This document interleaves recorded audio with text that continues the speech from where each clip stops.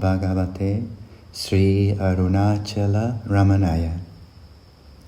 India, or Bharat, is indeed a blessed land, a perennial spring of true wisdom and divine love, timelessly quenching the spiritual thirst and guiding seekers the world over to the one highest goal of life, self-realization.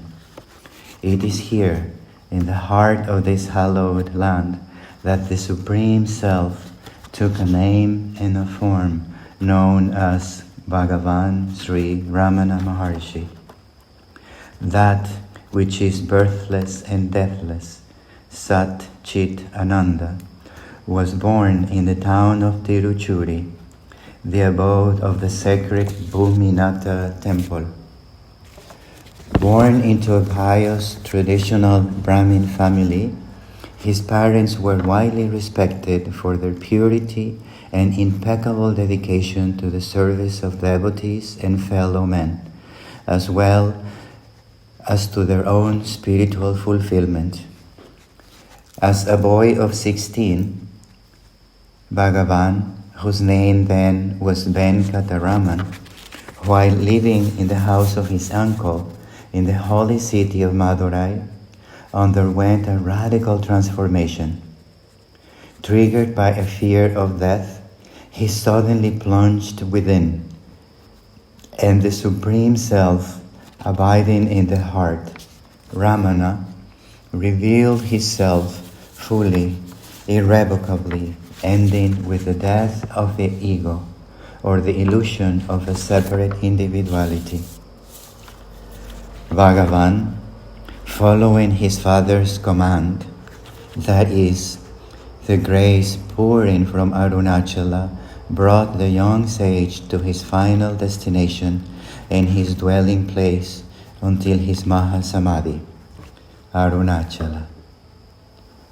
Bhagavan lived inside the Arunachaleswara temple and subsequently in various places around the temple and in various caves in Arunachala. His mother, Aragamal, eventually became her son's ardent devotee, and at the time of her death, by the grace of the Maharshi, attained liberation.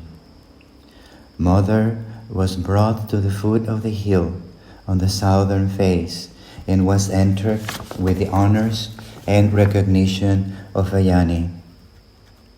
Bhagavan would walk down the hill to visit the mother's samadhi and eventually remained there only, thus marking in 1922 the beginning of Sri Ramanasramam. This video presentation celebrates the ashram's centenary from 1922 to 2022, with images and footage portraying the ashram then and now.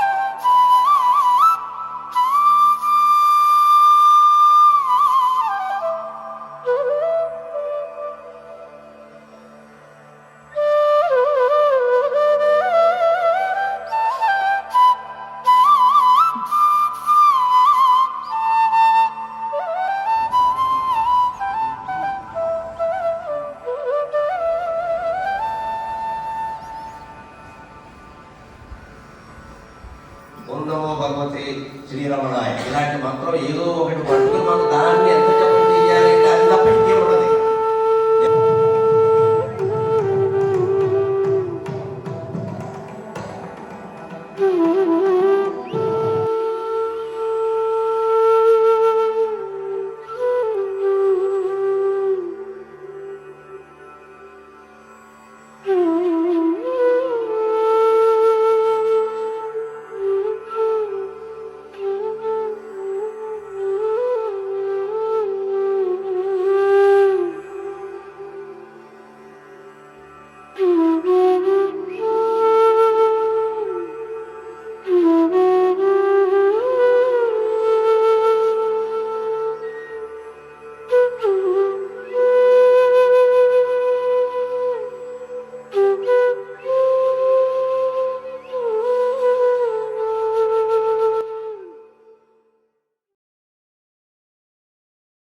Bhagavan's permanent stay at the foot of Arunachala made him available to an increasing number of devotees, some of whom stayed there for prolonged periods of time, or even permanently.